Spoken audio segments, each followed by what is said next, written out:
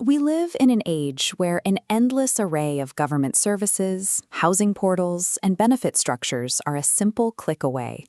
Yet, despite all this massive digital infrastructure, we find that vulnerable individuals are falling through the cracks faster than ever. Digital bureaucracies are built for sterile efficiency. They expect perfect inputs and logical progression, completely blind to the chaotic, messy reality of the people trying to navigate them. Take the baseline reality of one specific man. He is 60 years old, 2 years into his sobriety, living in temporary sheltered accommodation, managing a recent epilepsy diagnosis alongside suspected cardiac issues. He is actively trying to do the right thing. He manages his universal credit journal, pays his bills on time, and complies with every systemic rule thrown his way. But a system designed exclusively to process data has no mechanism to process human vulnerability. When a person is frightened and sick, a PDF application form offers no reassurance.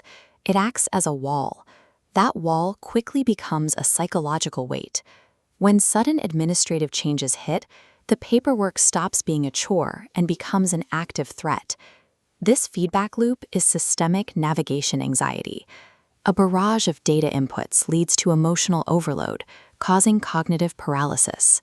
For our man, confusing letters upgrading his status to limited capability for work and being abruptly labeled a bed blocker trigger this. The pressure of losing his temporary roof resurrects old ghosts. He is suddenly thrown back into the raw panic of a 1986 eviction, terrified he will find his belongings dumped on the street all over again. He possesses all the emails and agency links he could possibly need. He recognizes exactly what is missing, the human behind the digital information. Without someone to ground him, the sheer volume of data leaves him frozen. When someone is drowning in data but starved for connection, administrative requirements undergo a dangerous shift.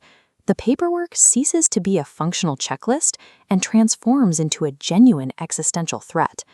The intervention here is a focused 30-minute conversation with an IPS recovery coach. How does a brief conversation resolve the immediate threat of eviction and a complex medical crisis? The short answer is it doesn't. To understand why, we have to look at a concept known in coaching as frapping, the dangerous instinct to fix, rescue, or give advice outside of a strict professional scope. If the coach steps in and starts filling out housing bids on the local council website, she completely bypasses the client's own capabilities. Rescuing a client in a crisis reinforces their helplessness. It cements their identity as a victim, entirely incapable of managing their own life. The emotional value of the coaching relationship depends on the disciplined refusal to act as a savior. By refusing to fix the problem, the coach creates the emotional safety the client needs to save themselves. Throughout the 30 minutes, the coach holds her boundaries firmly. She stays entirely within her scope of employment and IPS support, keeping professional guardrails intact. This animated scale highlights the information processing gap.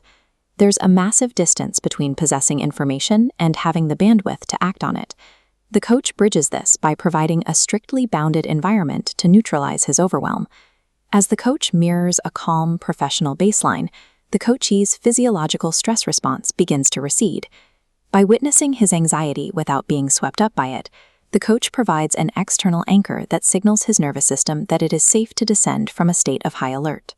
Once the panic subsides and the emotional overwhelm is neutralized, the fog clears. His rational brain comes back online, ready to tackle the steps ahead.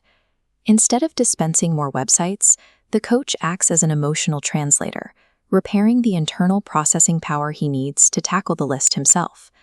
When the 30-minute session ends, the material reality of his situation is identical. He lacks permanent housing, and his medical investigations are pending. However, with his nervous system no longer in survival mode, his focus shifts. The housing portal is no longer a source of dread. It is simply a tool. Because he feels heard, the energy he previously spent on fear is now available for logic. He independently sets his own action plan. He decides to transcribe the coaching session into a personal navigation document and pivots his research to focus specifically on Wandsworth social housing. The impulse to retreat into people-pleasing or to run away from the problem entirely fades. replaced by a focused effort to navigate the Wandsworth social housing system and clarify the impact of his savings on his benefits. This localized success points to a broader truth. In our hyper-digitized, automated world, information is cheap and abundant. Human processing power, the ability to turn that data into action, is incredibly fragile. The ultimate value of the coach lies in serving as a human anchor, empowering the client to navigate the maze themselves.